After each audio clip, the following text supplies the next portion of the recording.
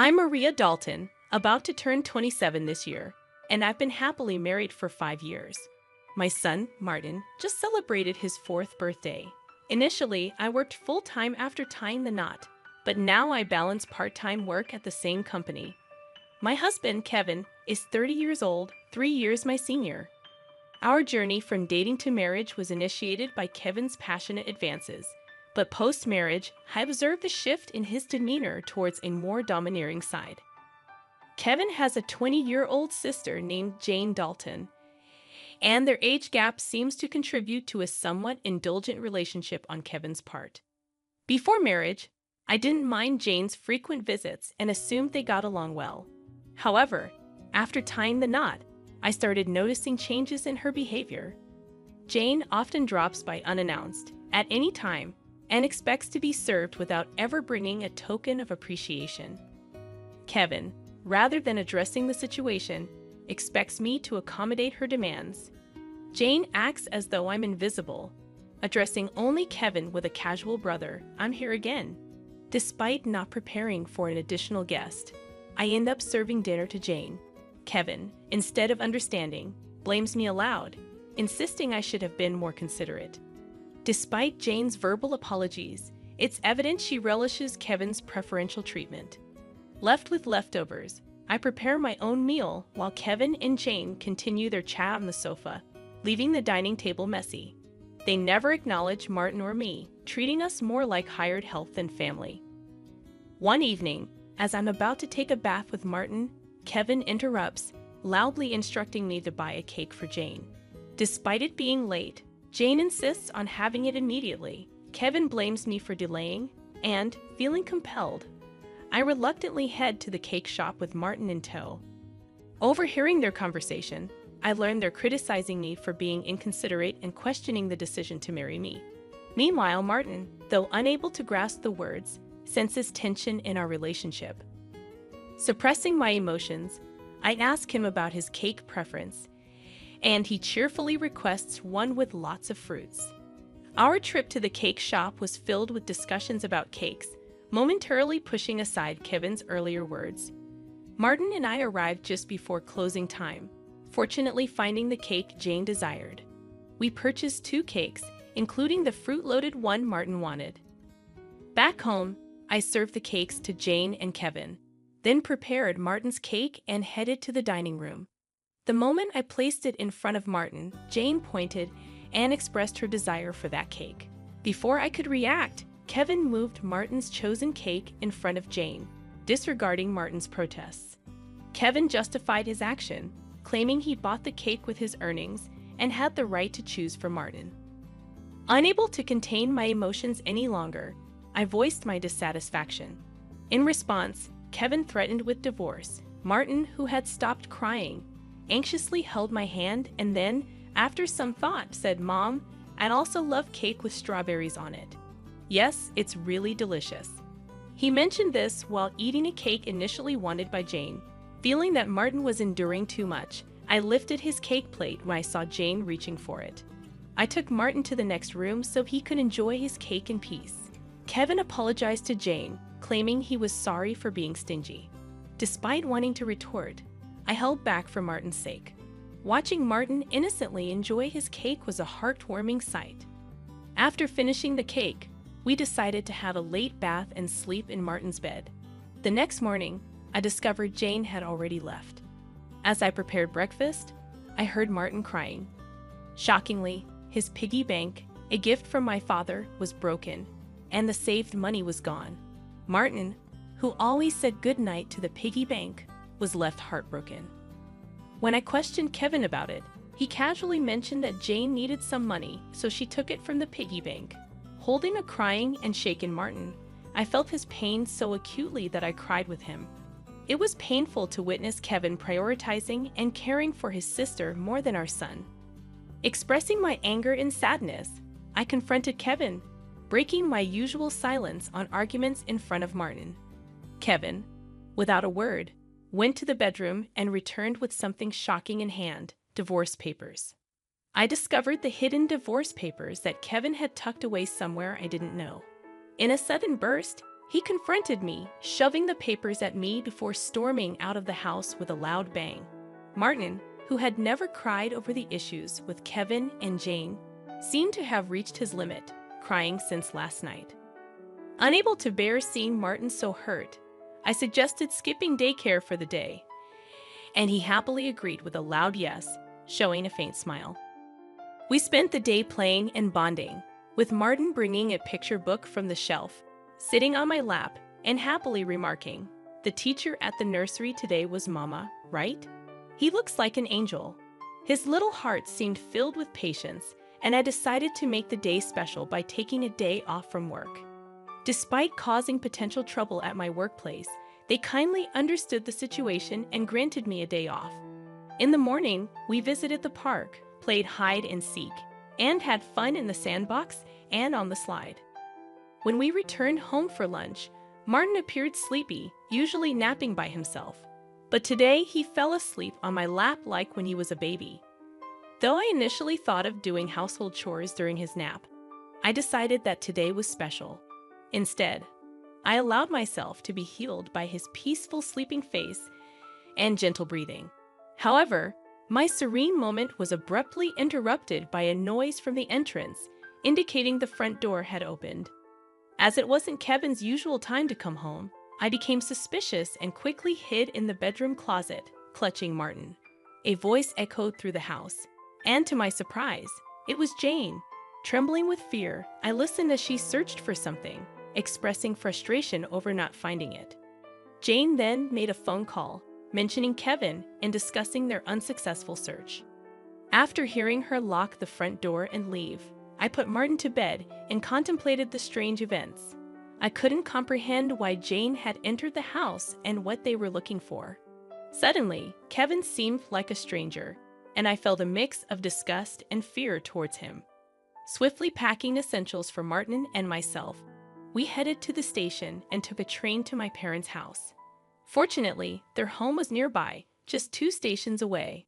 Although I hadn't contacted them beforehand, my parents sensed something from my expression and welcomed us without asking questions. I shared the entire ordeal with them, including my fear of staying at our house due to Kevin and Jane's actions. Upon hearing my mother's suggestion that Jane might have been looking for my belongings, possibly cash cards, I recalled my past experience as a successful CEO in the handmade goods industry. I had entrusted the company to friends when I decided to prioritize raising my child after getting married. Although I still worked part-time and communicated with the company from home, Kevin was unaware that I was still the CEO. I discovered the hidden divorce papers that Kevin had tucked away, suspecting that he thought I had a decent amount of savings. While I've mentioned to him that I still received some assistance from the company, I've deliberately kept the details about being the CEO and my savings private. This secrecy stems from realizing early in our marriage that Kevin struggles with managing money and tends to spend everything he earns. Kevin, at first, provided only $200 a month for food expenses and even suggested I quit my job to become a full-time housewife. However, with the financial strain of raising Martin and only $200 for food, I never agreed to be a full-time housewife. Eventually, he reluctantly allowed me to work part-time, and to ensure I wouldn't consider divorce, he had me sign a post-marital property waiver through a lawyer. Since Martin's birth, I used my savings for his nursery fees and clothes, as I've only received $200 for food.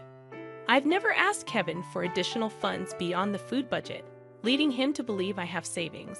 Considering Jane's apparent need for money and Kevin's perception of my financial situation, they might be searching for my cash cards.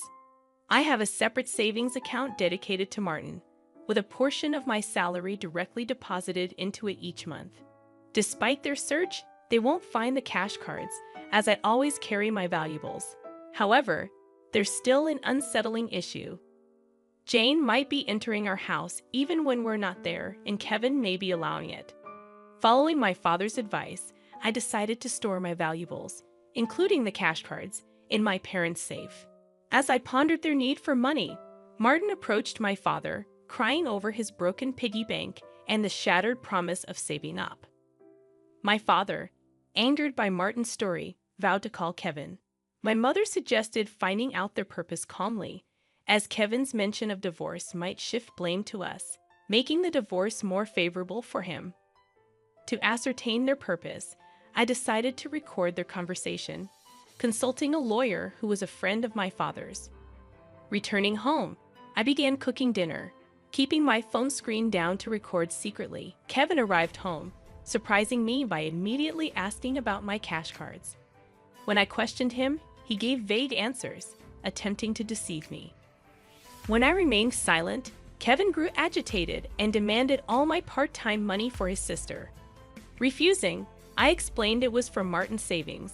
In response, he angrily pushed the signed divorce papers toward me, declaring that I was living off his money and didn't need to save for Martin. He even uttered words implying he valued Jane more than our son. Hearing this, I stopped preparing the meal, put the divorce papers in my bag, took Martin's hand, and headed for the door. Kevin, in a loud voice, declared his serious intent for divorce, instructing me never to come back. I responded by stating I wouldn't return to a house where a stranger could come and go freely. After leaving, I received numerous messages and calls from Kevin, which I ignored. Turning off my phone, I sought refuge at my parents' house, sharing the recording and divorce papers with them. Although I confessed to having no love or affection for Kevin, I expressed concern for Martin. My parents advised me to do as I pleased, acknowledging the potential emotional impact on Martin if a divorce were to occur. While grappling with the decision to divorce Kevin, Martin expressed his hunger. My mother, seeing my distress, kindly made him hamburgers, his favorite dish. Overwhelmed with emotions, tears welled up in my eyes as my mother told Martin with a warm smile that she prepared the hamburgers so that he and I could visit whenever we wanted. Taking a bite, Martin exclaimed with joy, praising Grandma's hamburgers and expressing a desire to eat them every day.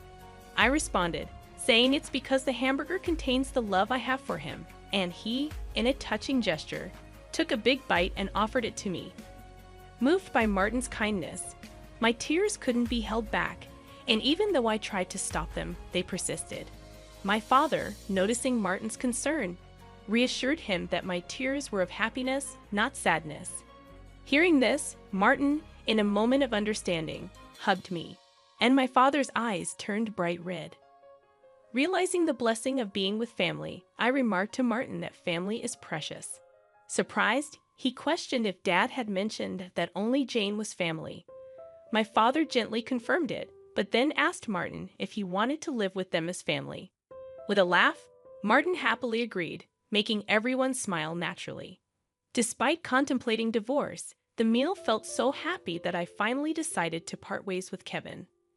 I planned to inform Martin about it, and even though discussing it weighed heavily on my heart, Martin seemed to grasp the situation. Happily, he expressed the desire to live as a family, embracing the pet dog and calling him his younger brother despite the dog being older. Preparations for the divorce began, starting with contacting a lawyer who was a friend of my father. The next day, we formalized the contract, and my father and Martin shared comforting laughter while I laid in bed, reminiscing about my childhood. The following day, upon checking my smartphone, I found over 200 calls and messages from Kevin, showcasing his emotional instability.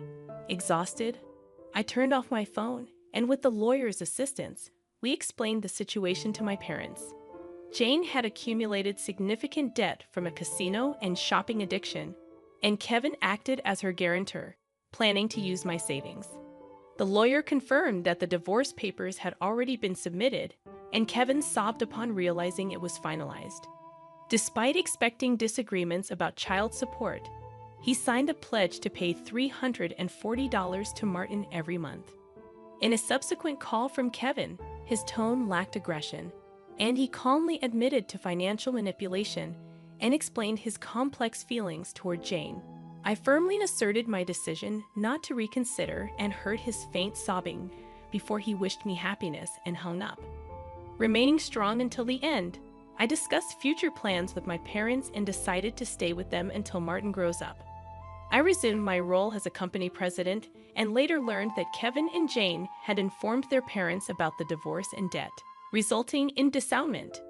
Today, I find happiness being with my family.